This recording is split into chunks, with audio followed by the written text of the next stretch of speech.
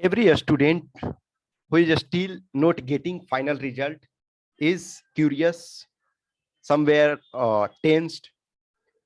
When things will happen, once you see your name in the final list, then at least you feel relaxed little. Now, if you see CAPF AC 2021 interview, obviously it should have been happened. In fact, the schedule should have been published till date, but still not published. अभी हाल में for example कल आपका जो EPFO है उसका भी आपका interview schedule आ गया। तो ईपीएफओ का हम जब इंटरव्यू शेड्यूल देखते हैं तो 4 जुलाई से उनका स्टार्ट होता है, और इनफैक्ट 4 जुलाई से ही मेडिकल सर्विसेज का इंटरव्यू स्टार्ट हो रहा है। मेडिकल सर्विसेज के ड्यूरेशन में मैंने आपको बताया था, जब मेडिकल सर्विसेज वाला आया था उस दिन में मैंने आपको एक वीडियो बनाया था, उसमें मैंने बोला था कि देखो जो मेडिकल सर्विसेज वाले हैं उसमें कम लोगों का शेड्यूल डेली रखा गया था। तो आई वॉज मोस्ट होपफुल कि उस बीच में वो जो ड्यूरेशन है जो कम कैंडिडेट रखा गया है तो उसके जगह सीएपीएफ का इंटरव्यू लेंगे। लेकिन जब ईपीएफओ का इंटरव्यू शेड्यूल आ गया तो ईपीएफओ में देखोगे कि इनफैक्ट 60+ कैंडिडेट, शायद 64 कैंडिडेट्स को डेली रखा गया है। तो अब एक तरह से ऑलरेडी मेडिकल सर्विसेज पैरेलल चलेगा, यानी कि मेडिकल सर्विसेज का 4 जुलाई से 5 अगस्त चलेगा, और जो आपका ईपीएफओ है उनका 4 जुलाई से 1 अगस्त चलेगा। अब 7 अगस्त को आपका एग्जाम है, तो I was most hopeful at that time कि ये एग्जाम यानी कि इंटरव्यू जो है वो उसके पहले हो जाएगा।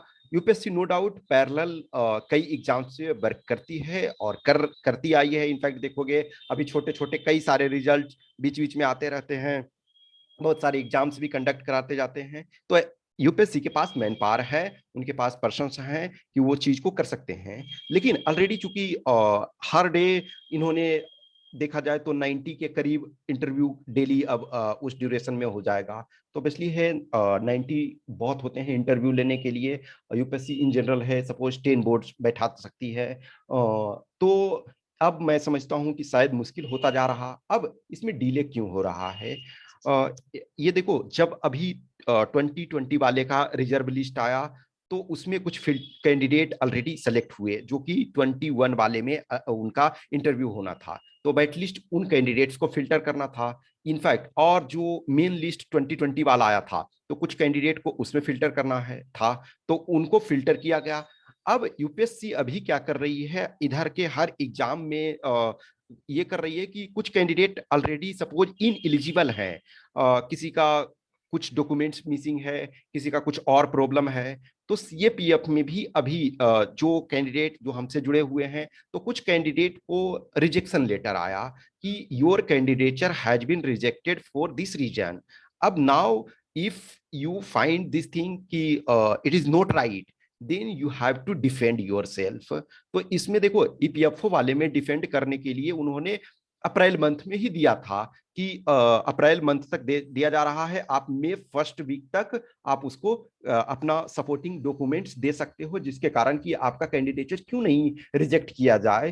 तो कुछ ग्राउंड्स थे, उन उन ग्राउंड्स पे यूपीएससी ने उनको इंटीमेट किया था कि आप इन इन कैंडिडेट्स का, इन रोल नंबर्स का जो है वो कैंडिडेचर में प्रॉब्लम है तो आप डिफेंड करो। सेम सिचुएशन असिस्टेंट कमांडेंट 21 वाले में हो रहा है कि ये लोग अभी ही इसी स्टेज पे कैंडिडेट को फिल्टर कर रहे हैं। और ऐसे नॉर्मली हर बार देखते हो कि ये फिल्टरेशन जो है इंटरव्यू के ड्यूरेशन में वो देखा जाता है, फिर उनको रिजल्ट जब आता है तो प्रोविजनल के तौर पे लिखते हैं। तो ऐसा नहीं है कि इस बार ऐसे कुछ कैंडिडेट नहीं होंगे जिनका प्रोविजनल, लेकिन जिनका बेस्ट पॉसिबल हो इसी समय एलिमिनेट कर रहे हैं कि ताकि इंटरव्यू कम लोगों का शेड्यूल किया जाए।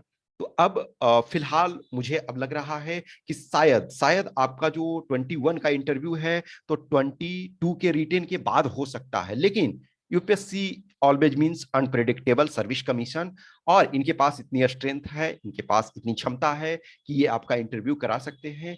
लेकिन अब अभी फिलहाल है, मैं समझता हूं 22 का जो एग्जाम है, यदि आपके पास अटेम्प्ट है तो उस पर फोकस करो। नो डाउट ये आपकी अकेले की समस्या नहीं है, एन नंबर ऑफ कैंडिडेट। अब समझ सकते हो 2019 वाले में केस डिस्पोज होने के बाद भी अभी तक रिजल्ट नहीं आया, लेकिन चलो 2020 वाला का रिजर्व लिस्ट इन्होंने दे दिया टाइमली, मैं समझता हूँ ये टाइमली ही उस अनुसार दिया, ठीक है ना।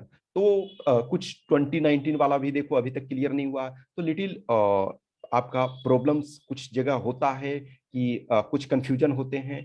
तो अभी आप इंतजार ही कर सकते हो, इंतजार इन द सेंस कि बैठ करके इंतजार नहीं करना है।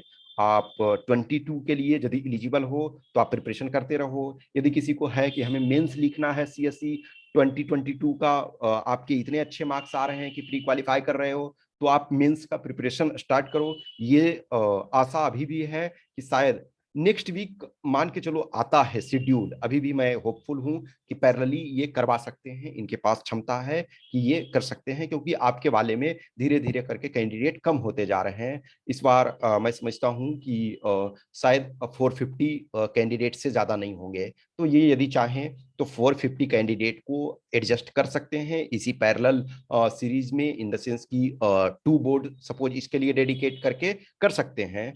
तो आप डिले होने का मैं जो कारण समझाऊं, क्योंकि कुछ कैंडिडेट का जो मेरे से जुड़े हुए हैं उन लोगों ने के पास रिजेक्शन लेटर मिला, तो उनको डिफेंड करने का एक तरह से टाइम दिया गया। तो इस पॉइंट ऑफ व्यू से फाइनल ये करके देना चाहते हैं। तो नेक्स्ट वीक तक आपको इंतजार करना पड़ेगा, यानी जो कमिंग वीक आ रहा है उस वीक तक में इंतजार करना पड़ेगा। यदि उस वीक में नहीं आता है तो मैं मानता हूं कि शायद अब आपका जो है वो 22 वाले एग्जाम के बाद अगस्त में स्टार्ट किसी टाइम होगा। So this is the part of life you have to leave. if you have any questions, query, doubts, then you can message me either on this WhatsApp number 8527146498 or this Telegram number 7404909669. Have patience, it is the only thing, and keep preparing. Never stop whatsoever time you have, in whichever condition. यदि आपके पास 21 last attempt था तो आप कुछ और exam का preparation कर ही रहे होगे, वो है, ये वर्क करते रहो कंटिन्यूअस जब तक कि आप अपना नेम फाइनल लिस्ट में नहीं देखते हो। Okay, thank you.